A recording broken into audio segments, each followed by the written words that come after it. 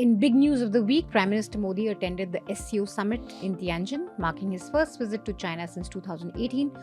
First of all, there was no discussion about border dispute. So, yeah, and that's a big thing that India has been able to accept that wherever China stands right now, we accept that. Yeah. Or we will talk about it later. Indian diplomats and the foreign policy in India also has a lot to answer because you were relying too much on supposed personal chemistry of Modi with everyone. That's enough, hugs, my friend Donald, my friend Obama. But you should have calculated, serious diplomats or mandarins as they say, would calculate what could happen and what we need to do, as things turn. During SCO declaration, they did condemn Pahalgam, but they did condemn two terrorist attacks in Pakistan as well, Zafrabad and all. So it's the same. So it's the same thing. So it's the same. First is curry. So they know Indian food is all about curry. We know Hakka noodle. We know Hakka noodles. They don't know Hakka noodles at all. There is no Hakka noodles. We know Szechuan. There is no Szechuan chutney. Chili chicken. No chili chicken. Don't tell me, gobi Manchurian is also myth. Yeah. Sorry. But your example about that bully which has like bat and if you don't like... Donald Trump's bat is Nobel Prize. When India was coming openly and saying that there was no other external country between India and Pakistan who made peace, they would have known and they should have known that Trump will retaliate in these ways because you are taking his favorite thing away from his Nobel Prize. That's what he wants. But when Maharashtra state was formed, when the Yashwantrao Chavan, the first chief minister, he was asked the question by the journalist or somebody that now that the Maharashtra state is formed, is this a state of Marathas or it is a state of Marathi people? And of course he had to assure them saying no, this is a place for Marathi people. But it was very much, the reasoning behind the question was clear that the Maratha dominance was very much obvious. Influence on politics and their ability to dent any political power that doesn't listen to them, which is what the threat also is today, that you wait and watch Mahayuti if you don't listen to us. As far as the Maratha community is concerned, there is actually a crisis in terms of what I call them. This particular Maratha agitation is emerging out of the crisis of dominance. And in order to understand crisis of dominance, one has to look at two domains. One is the urban crisis and rural crisis. If you are from a socially superior caste in India, your protests are treated differently. If this war protest was done by any other group, Muslims or Dalits in Bombay, the state would have used all the heavy state apparatus to just beat them down. Welcome to Chhota Hafta. Now, Chhota Hafta is but a small, chhota version of a complete weekly podcast, Newslaundry Hafta. The Newslaundry Hafta is where you get the week's news, what made the headlines, what didn't make the headlines, but the full version is available to subscribers only.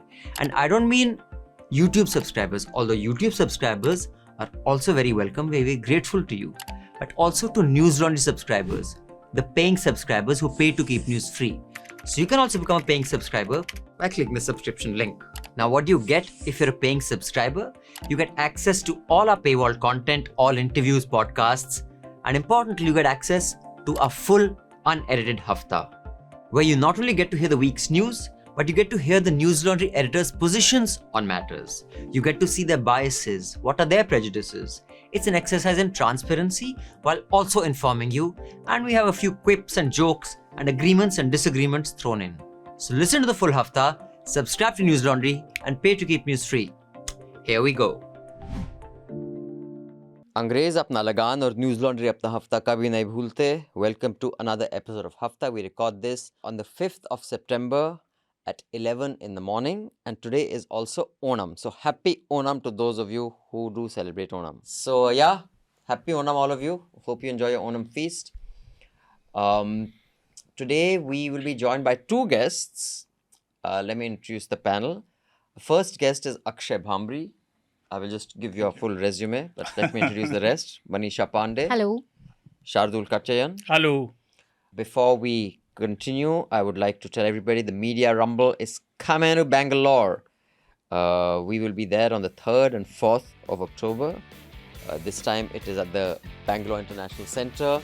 It's the first time in the last 8 years the Media Rumble is going outside Delhi.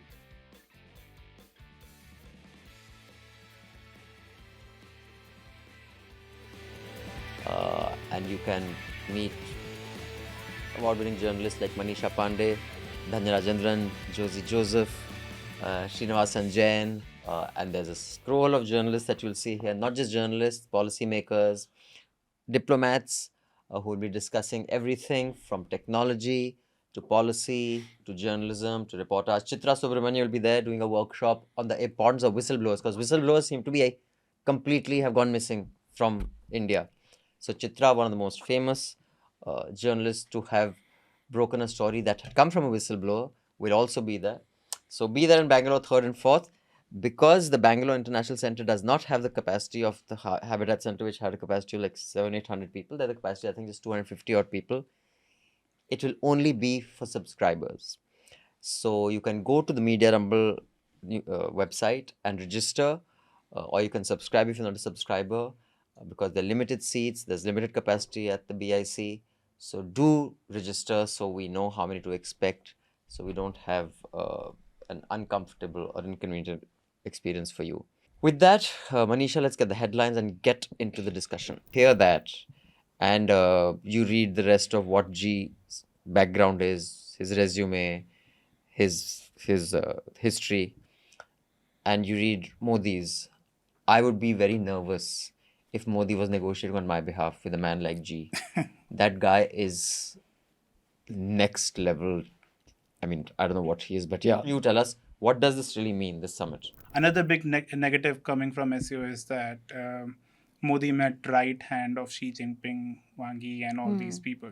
And the thing is that when Prime Minister and President of China are meeting each other, there was no point meeting a second right hand of Xi Jinping, because that's a level below Xi Jinping. And when you had a meeting with President Xi Jinping, why did you have a meeting with his right hand, who is not in hierarchy, he is not top level state administrator, he is not even there. So just one thing. So when I saw this reported in the Indian media, it was portrayed as amazing because he's going to be very important to the party. After he'll be the successor. So it was seen as like Modi is not just meeting the person who's currently in power, but also who will come after him. Is there any sense to that? I don't think so. He's going to be president in People's Republic of China after Xi Jinping, but he's an important person and he's going to be important in negotiations and all these things. But at the same time, Jaishankar would have met him. Somebody else, not Narendra Modi. That when Modi says things in his interviews like, I am non-biological, मुझे कई बार लगता है भगवान ने मुझे he actually thinks that different rules apply to everybody else and different rules apply to him because there is something very special about him which there is not. Right? And that is, I think, the biggest failure of our foreign policy, that it is determined just like Trump determines, his mood will determine what will happen. Everything from demonetization, right, to the kind of policy interventions that he has done to foreign policy is, if he wants something done, it is done without any thought. India going to China and India being able to do all these things, that Indian government and Indian diplomacy had been flexible enough to do this.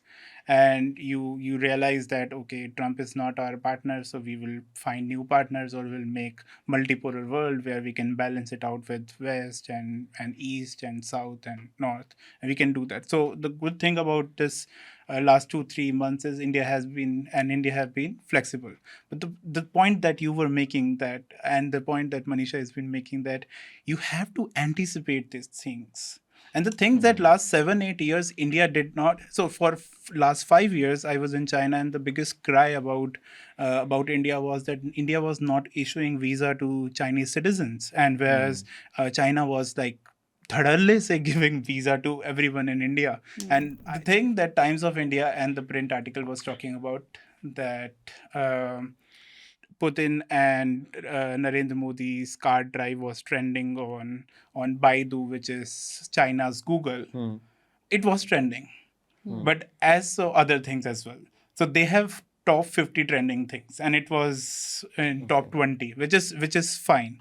But the point was, I wanted to see what people are talking about Narendra Modi, and what they were talking about was, it was not about appreciating what Modi was doing, but it was more about what Trump is going to feel about it and what Putin is about and what Xi Jinping is being able to do it. So most of the things that people were talking about was not appreciating Modi's personality or body language, but people were talking about is that how Xi Jinping has been able to bring all these leaders together in Tianjin and been able to do it.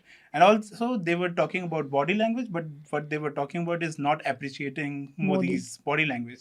They were trying to discover it and decode it, that why he was being so positive and smiling and being laughing with all these people, and how they were discovering it that this guy has been sending messages to Trump. Manoj Jarange Patil, if I pronounced that correctly. Yes.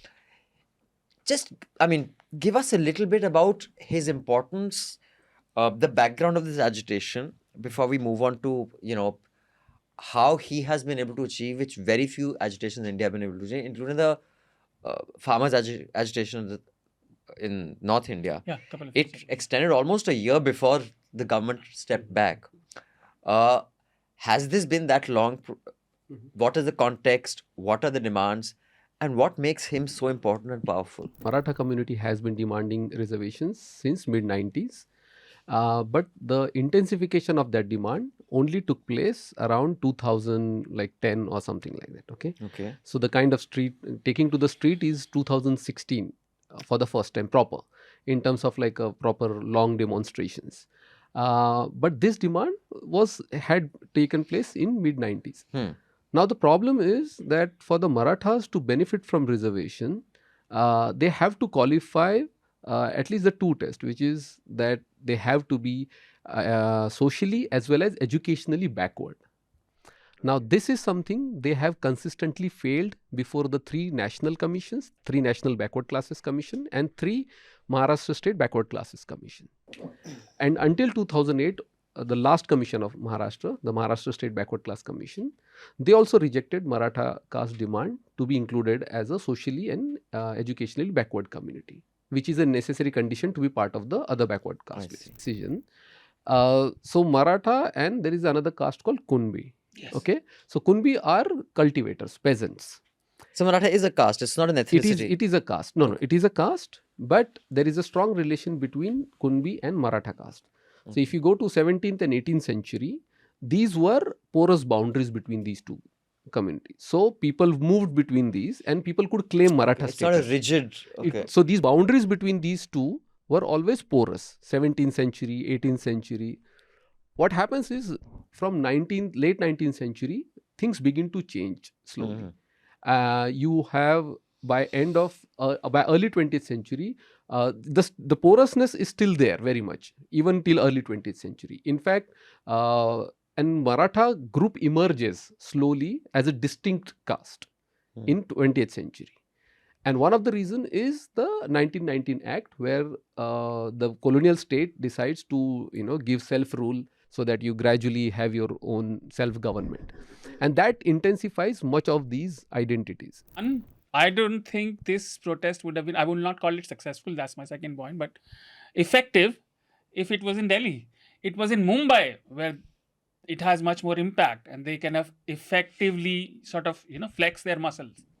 From You protest. said they'd be removed from Lal Killa or Jantar Mantar if they sat there, which is possible. That's a possibility, Yeah, but I agree. even if they won't get that many eyeballs, they won't be able to make that many waves.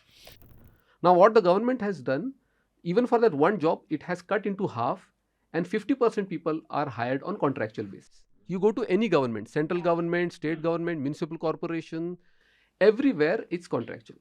Now the point is you have like not even negligible amount of jobs, and even if Marathas were to given 20% of reservation, this problem is not going to be solved.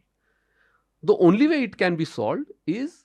बस मुफ्त में इतना ही मिलेगा. For the full uncut podcast, subscribe to Newslaundry and pay to keep news free.